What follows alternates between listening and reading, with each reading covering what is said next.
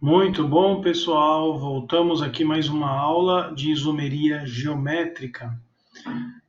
Como a gente tinha mencionado na aula passada, a gente abriu esse leque agora da isomeria geométrica cis-trans, onde, para você verificar se a isomeria é geométrica, precisa da dupla ligação química, no caso de cadeias compridas, cadeias abertas, né? Cadeias abertas tem que ter dupla.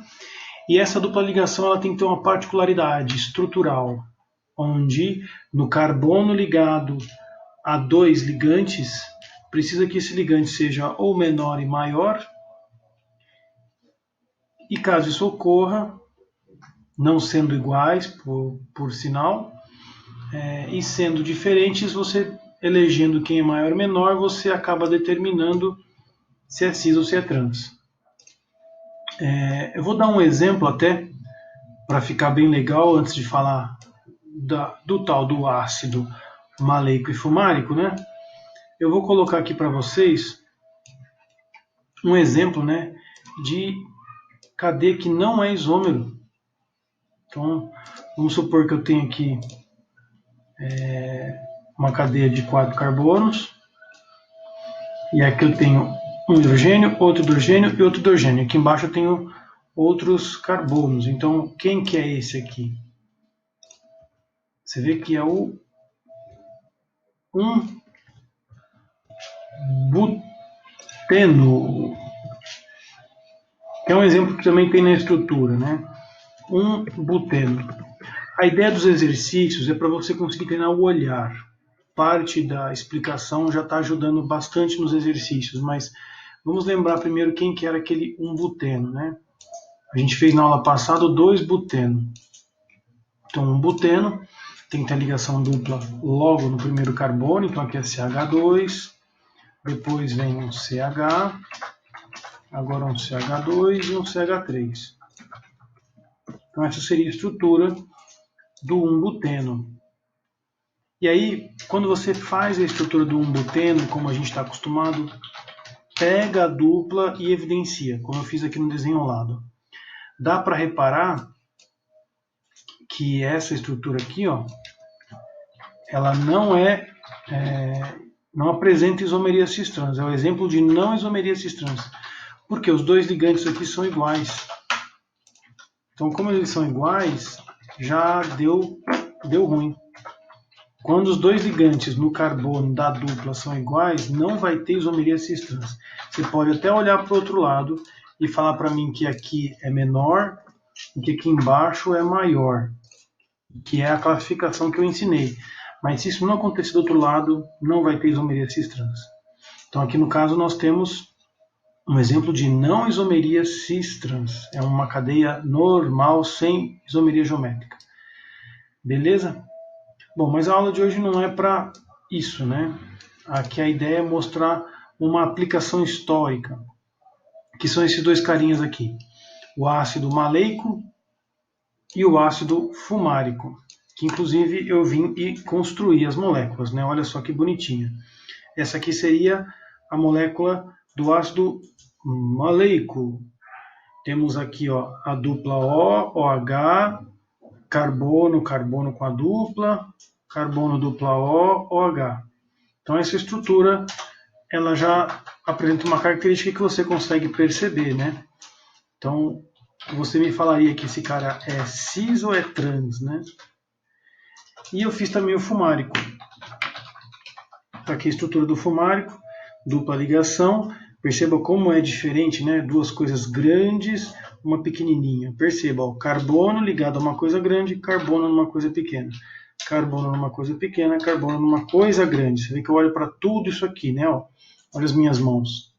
As minhas mãos segurando as coisas grandes e as pequenininhas em evidência. É trans. As duas coisas grandes na minha mão e as pequenininhas em evidência. Isso é cis. Perceberam? O lance não é se tem muito ou pouco carbono. É diferente aqui, já era. É diferente aqui, já era. É só ver se é junto ou oposto, cis ou trans. O nome oficial desse carinha aqui é bem curioso. Se você for ver, ele é um diácido, né? Então, ele é um ácido uma cadeia de 4 carbonos, portanto ele é o but, só que tem a ligação dupla no segundo carbono, 2-en e dioico. But 2-eno dioico, ou para ficar mais fácil, 2-buteno dioico.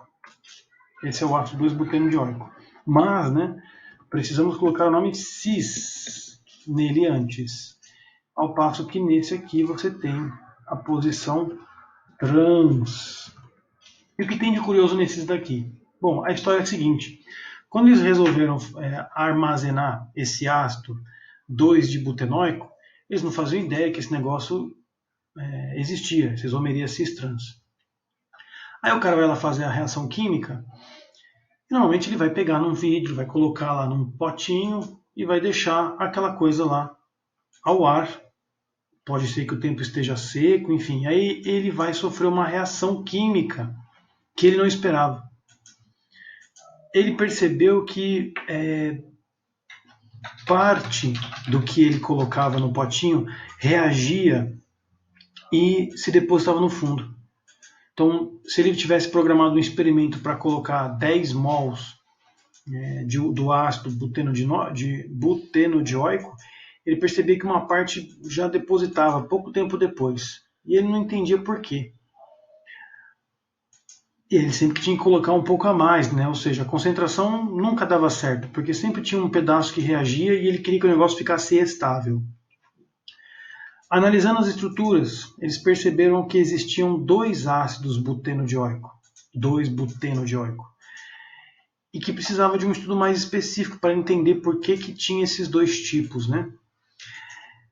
O que eles fizeram? Eles perceberam primeiro que existia essa estrutura diferente entre cis e trans, mas até então não era dado esse nome, e que essa estrutura aqui, que eu vou copiar, ela apresenta uma particularidade interessante. Se vocês recordarem, o oxigênio ele tem aquele par de elétrons livre, né? Afinal, ele é da família 6A, e todos aqui teriam que ter esse par de elétrons livre. Agora, bem no meio, entre o hidrogênio e esse oxigênio, pode rolar uma tal de uma ligação de hidrogênio. É aí que está o segredo. Então eu vou botar aqui uma ligaçãozinha evidente agora do hidrogênio. Deixa eu puxar esse cara mais para cá. E existe uma interação muito forte entre o oxigênio e aquele hidrogênio ali. Essa ligaçãozinha que eu fiz em pontilhado seria a representação da ligação de hidrogênio, que pode ser estabelecida. Então, essa ligação de hidrogênio ali estabelecida, ela faz com que a molécula perca um pouco a sua solubilidade em água, não ficando tão solúvel. E isso faz também a possibilidade de uma reação química. Eu vou trocar de posição aqui, eu vou girar essa coisa, né? Deixa eu colocar a dupla ligação aqui. Deixa eu inverter as coisas, gente. Aqui eu vou deletar e vou botar a ligação OH aqui. Dá no mesmo, viu? Vou botar uma ligação simples aqui.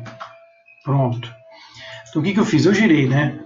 O que eu estava fazendo é o seguinte, né? Eu quero deixar os 2 hidrogênios próximos assim, sacou? A dupla O está nas extremidades e esses 2 aqui estão juntinhos, ó. E o que pode acontecer daqui? Olha só que curioso. Eu vou arrancar esse cara aqui e vou arrancar também esse hidrogênio que já saiu. Então eu arranquei um hidrogênio daqui e o OH de lá. O que vai formar H com OH? Água. Você vê, as moléculas de OH estavam próximas e eu desidratei o meu ácido maleico e fecha a ligação bonitinho. Eis que eu tenho o tal do anidro maleico. Eles perceberam que essa reação ocorrendo fazia perder toda a sua polaridade e a coisa agora ficava mais insolúvel, pois eu diminuía a possibilidade de ligações de hidrogênio. Então, essa reação, né, seria esse componente aqui reagindo no equilíbrio químico, mas bem mais direto do que inverso, você tem a liberação de uma molécula de água aqui, ó. Esse OH aqui vai sair fora, justamente pela ligação de hidrogênio, e era estabelecido a ligação nova. Então deixa eu puxar aqui a minha ligação com o oxigênio, formando o anidro maleico.